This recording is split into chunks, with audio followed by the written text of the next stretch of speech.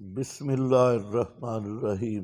قالو اناد قوم، انہوں نے کہا اولم، کیا ہم نے تجھے منع نہیں کیا تھا کہ کسی کو مہمان نہیں بنانا؟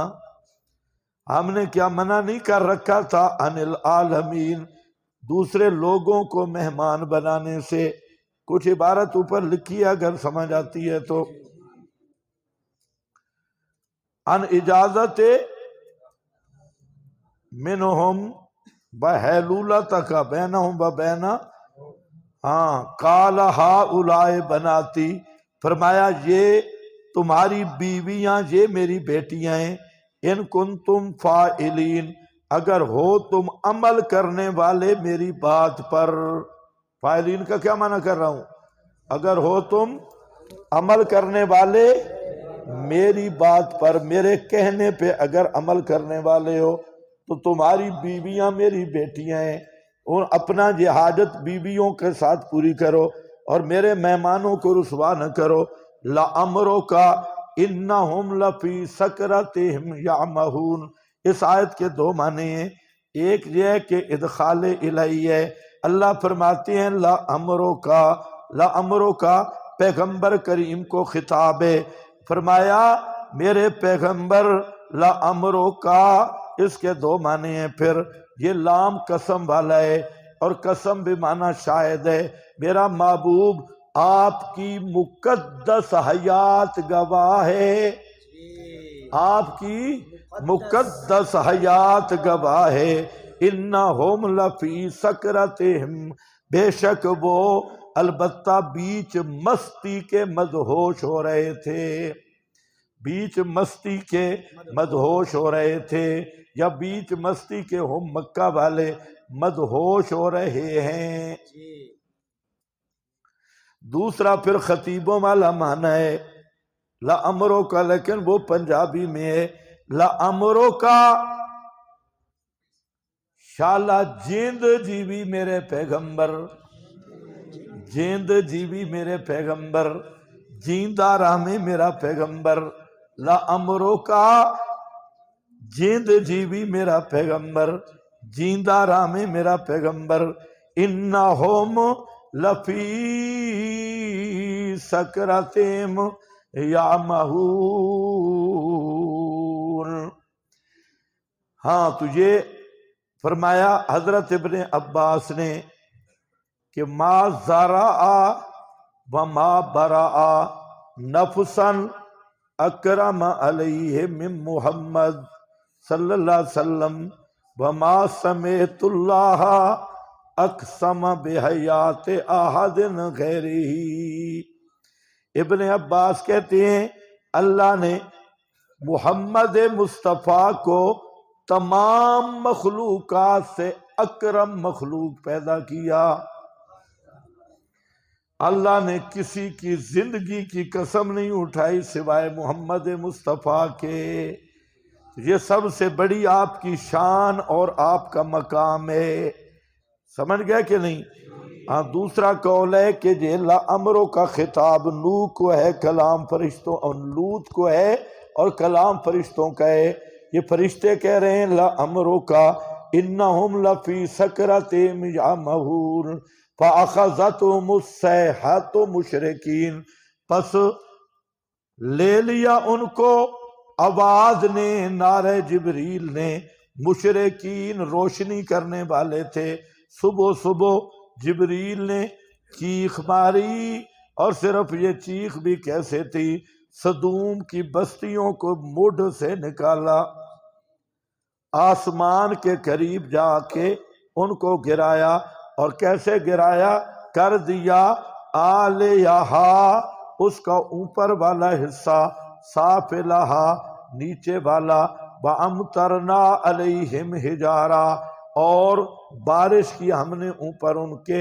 حجارتاً پتھروں کی، من سجیل، کھنگر کے، ان فی ذالک لآیات، اس واقعہ میں البتہ بڑے پتے کی باتیں ہیں، للمتوسمین، واسطے متوسمین، متفکرین کے، غور و فکر کرنے والوں کے ہیں۔ متوسم کس کو کہتے ہیں کہ جو علامتوں سے بات کی تہ تک پہنچ جائے.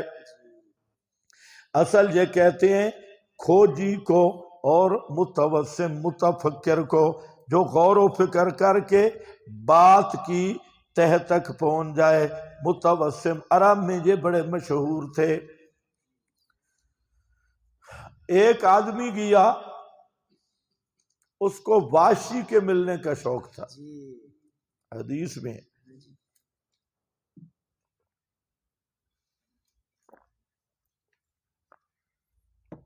واشی کسی دیوار کے ساتھ سویا تھا.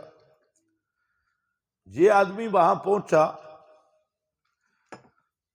تو واشی نے دیکھا اس کو.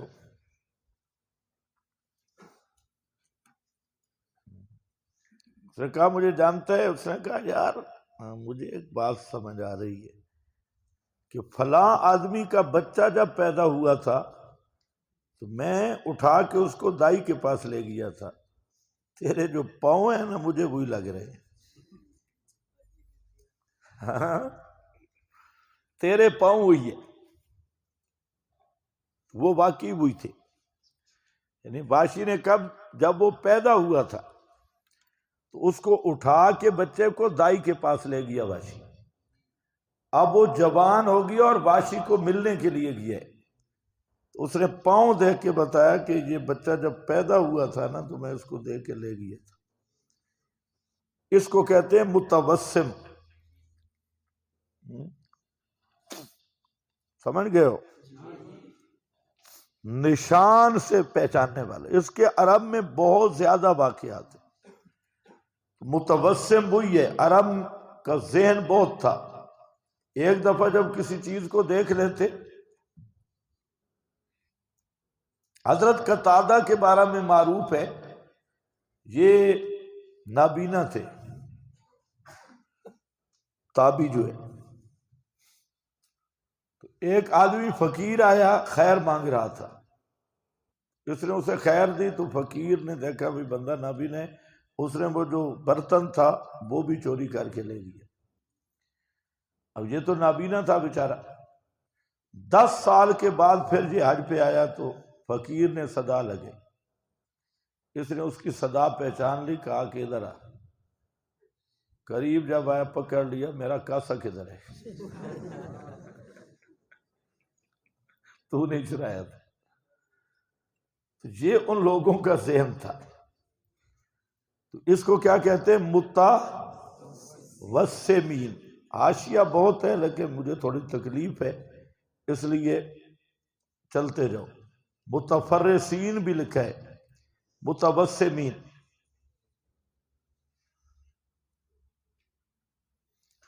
چلو یہ حاشیہ میں کل انشاءاللہ پڑھا دوں گا.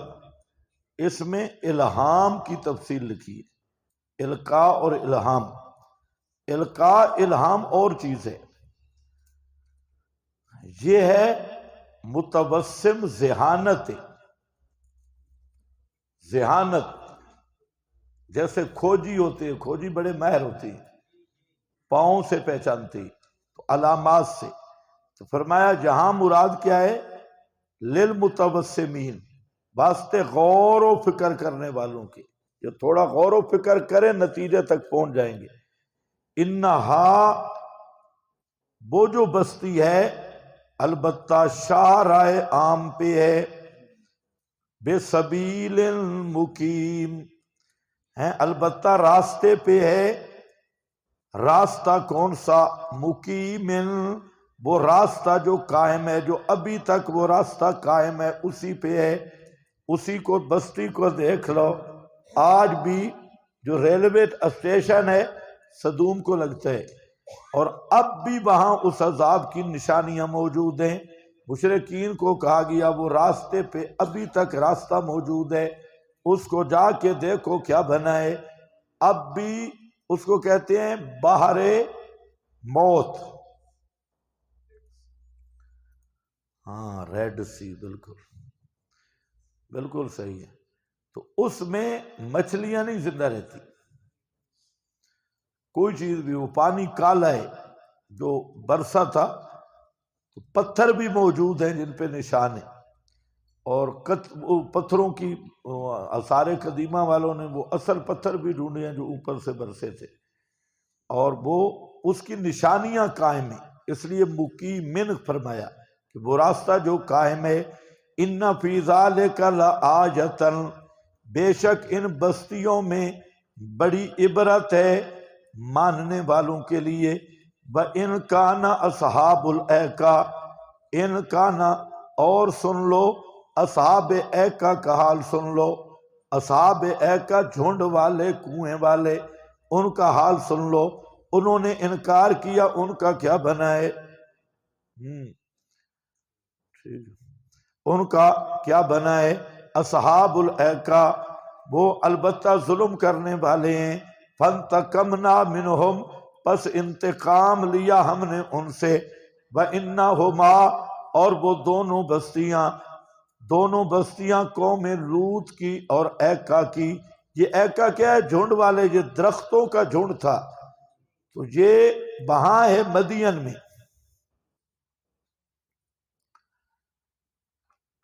مدین کے قریب ہے۔ ایکا الگ ہے، مدین الگ ہے، بعض نے کہا ایک ہے، لیکن صحیح بات یہی ہے کہ مدین الگ ہے، ایکا الگ ہے، لیکن دونوں کی طرف مبعوث ہونے والے نبی حضرت شعیب تھے۔ مدین کی طرف گئے، پھر ان پہ جب مسئلہ بنا تو پھر یہ جو ہے ایکا والوں کی طرف گئے۔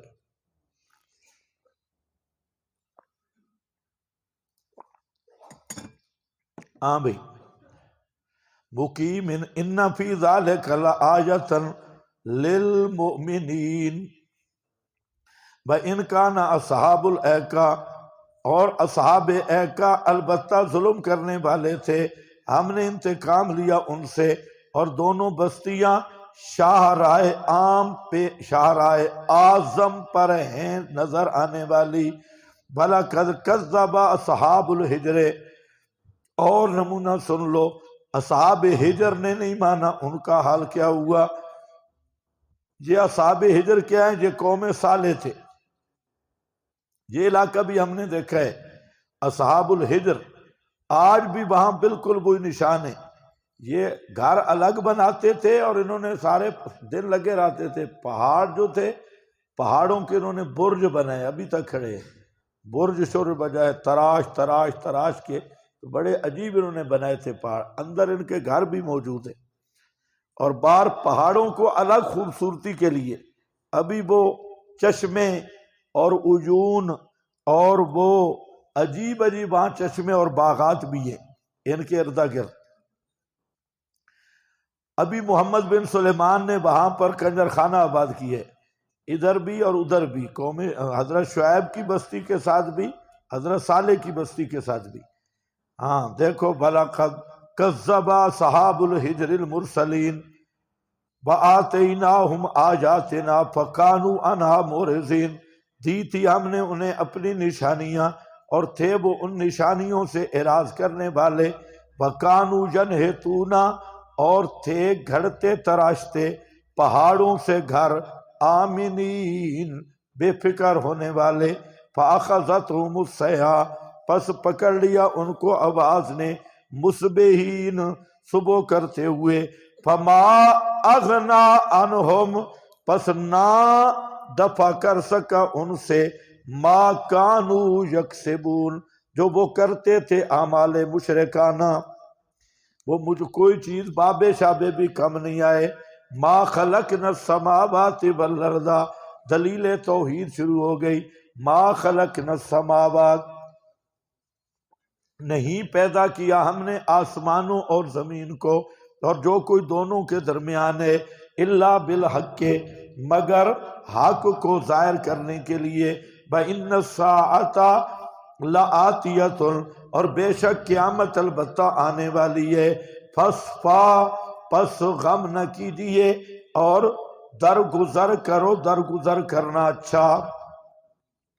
فَاصْفَحْ الصَّفْحَ، یہاں پر 3 میدان ہیں، میں نے آپ کو پہلے بھی بتایا ہوا ہے۔ یہ میدان دعوت ہے، میدان دعوت میں صفح الجمیل اور ہے، میدان دعوت میں کیا ہوتی ہے صفا جمیل کہ مسئلہ بیان کرو اور مخالف کی ذاتی حملوں کا جواب نہ دو. مسئلہ بیان کرو، اگر آپ کو کوئی گالی بھی نکال لیتا ہے نا کوئی مسئلہ نہیں ہے، غصہ ہونے کی ضرورت نہیں، تم اپنا مسئلہ جاری رکھو. یہ صفا جمیل ہے میدان دعوت کی. اور اگر میدان جہاد ہے تو پھر شرد بہم، ان کی نسلیں یاد رکھیں، عبرت کا نشان بنا دو. آنے والی نسلوں کے سامنے بھی ہاتھ جوڑے کہ وہابیوں کے ساتھ ٹکر نہیں کھانی، پھر شرد بہم، پھر صوفی نہیں بننا. اور اسی طرح مناظرہ ہے تب بھی شرد بہم، شیطان والا ان کا حال کر دو. اور اگر مقام تحریض ہے، مقام تحریض یہی ہے حرض المؤمنین، توحید و سنت کی غیرت دلانا، بدعتیوں کے جنازوں پہ رد کرنا، تعزیتوں پہ رد کرنا، اور حقیقت مسئلہ کو واضح کرنا. یہ کیا ہے؟ حرض المؤمنین علی القتال. یہ وہ تحریض کا میدان ہے. تینوں میدانوں کو الگ الگ سمجھو، ساری نصوص جمع ہو جائیں گی. ان ربک هو الخلاق. شیخ القرآن مولانا محمد طاہر نے اس آیت پہ یہ تین میدان بیان کیے، اس آیت پہ شیخ نے یہ تینوں بیان کیے اس آیت پہ. ان ربک هو الخلاق العلیم. آپ جتنے ہیں نا یہاں دورہ پڑھنے کے بعد ایک کام کرنا ہے، آپ نے دونوں شیخ غلام اللہ خان اور شیخ محمد طاہر دونوں کا دورہ سننا ہے، دونوں کا دورہ سنو. جو اردو والا دورہ بھی ان کا ہے، جو اردو والے وہ شیخ پنج پیر کا اردو دورہ بھی ہے، مختصر دورہ. اس مختصر میں بھی بہت کچھ ہے، تو وہ ہے. شیخ غلام اللہ خان کا دورہ تو وہ پشتو میں بھی ساتھ بولتے ہیں، اردو میں بھی بولتے ہیں، وہ تین زبانوں میں پڑھاتے ہیں، سرائکی، پشتو، اردو. پٹھانوں کو الگ سمجھاتے ہیں پشتو میں، اور پنجابیوں کو الگ سمجھاتے ہیں. وہ دورہ لازمی سنو، جو آپ کو فارغ وقت ملے ترتیب بنا لو کہ شروع سے آخر تک سنو، مزہ آئے گا. ابھی آپ کو وہ دورہ سمجھ بھی آئے گا. دوسرا آپ کو یہ بھی سمجھ آئے گا کہ انقلاب کہاں ہے، اور آپ کو یہ بھی پتہ چلے گا کہ مالک کون ہے اور چور کون ہے. ابھی یہ پہچاننا مشکل ہو رہا ہے کہ مالک کون ہے اور چور کون ہے، اکابرین کے مشن کا محافظ کون ہے اور غدار کون ہے. یہ تمہیں سمجھ نہیں آ رہی، تمہیں اکابر کر کے دھوکہ دیا ہوا ہے. تو یہ دونوں ہی بزرگ ہیں، ان کے سنو ذرا دورے، اور آگے بھی ترغیب دو کہ دونوں شیخین کے دورے سنو. ہاں بھائی، اور یہ مشورہ آپ کو کوئی بھی نہیں دے گا، بالکل کوئی نہیں دے گا، کیونکہ پردہ اٹھ جائے گا. ہاں، آپ ان دونوں شیوخ کے دورے ذرا سنیں. اصل نقل کا پتہ تو لگنا چاہیے نا بھائی، فرق بھی آنا چاہیے، غور سے سننا ہے.